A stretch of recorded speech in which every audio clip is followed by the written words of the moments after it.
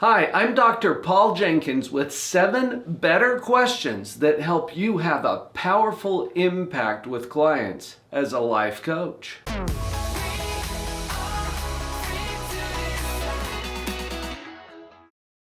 As a professional psychologist, part of my work is in training and certifying life coaches.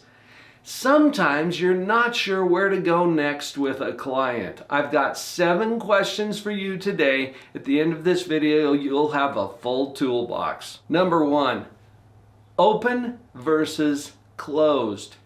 This is something that we learn in our communication classes. There are questions that shut down the conversation. Usually these can be answered with yes or no.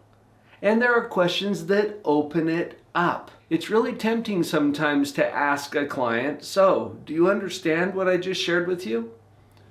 They'll say yes or no, and you still don't know whether they understand what you just shared with them. So opening it up would be more like, what do you understand from what we just discussed? Remember, open questions open up the conversation and get your client talking. Closed questions shut it down and don't give you a lot of information. Number 2 isn't even a question. It's more of a command or a direction. Tell me more about whatever.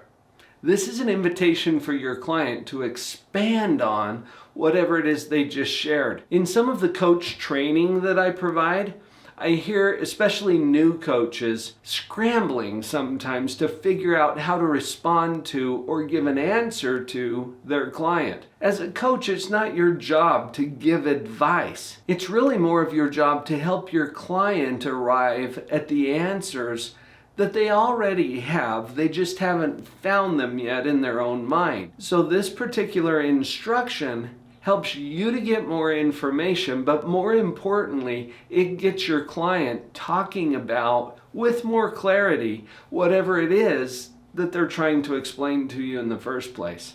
Tell me more about. Here's number 3. Replace why with how. I was listening in on a coaching session where the coach was asking the client, now why are you doing that particular thing?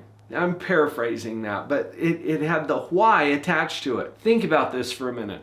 When someone asks you why you're doing a particular thing, it puts you in a little bit of a defensive position. And the client will sometimes become defensive or start to defend whatever it is that they're doing. Why are you yelling at your kids, for example? Well, because my kids are doing this and that. See, they get into a position of defending the behavior that's in question. What if we were to switch that out for how? How is this working for you? Or this version of how.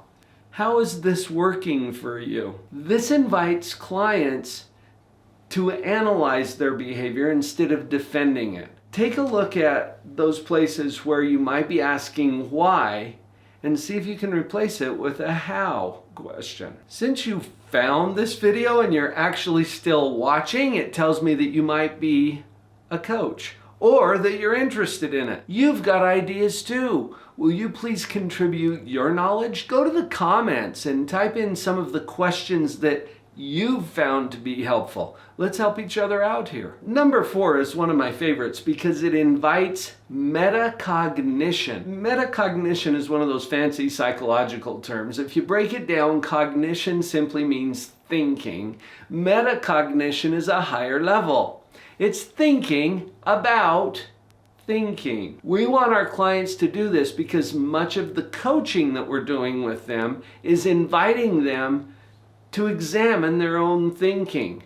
This question helps to turn it on. What is your brain telling you about whatever the topic is?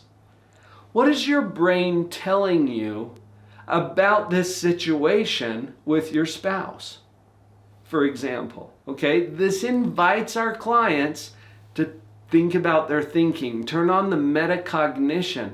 And a lot of times it's interesting. When I use this question, I see my clients coming to a aha moment, a little realization. Oh, my brain's telling me that this is bad. Okay. See, that's a breakthrough that we're looking for, and you can get there by asking that kind of a question. What is your brain telling you about this? Number 5 is actually really similar, and it keeps us in that metacognitive state. And the question is simply, where does that come from? It helps to turn on the metacognition, but this also gets us at some of the origins. Because the stinking thinking that we all do came from somewhere, sometime, some experience in our life where we learn to think a certain way. And asking our clients, where did that come from, helps them to tune into the origins of their thoughts. Question number 6 helps us to start working toward the solutions that our clients are creating. And it builds on the metacognition that we're trying to achieve with the other questions that I've already shared with you. Here's the question: where would you be without that thought or belief? This invites our clients to start imagining what their life might look like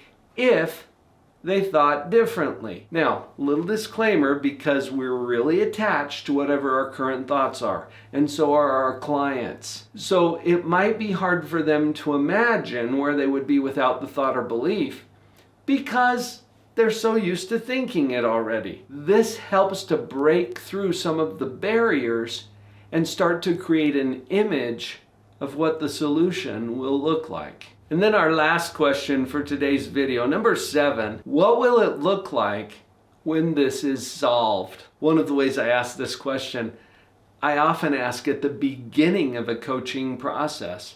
I ask my clients, what would it look like if we were phenomenally successful here? And I do this right up front.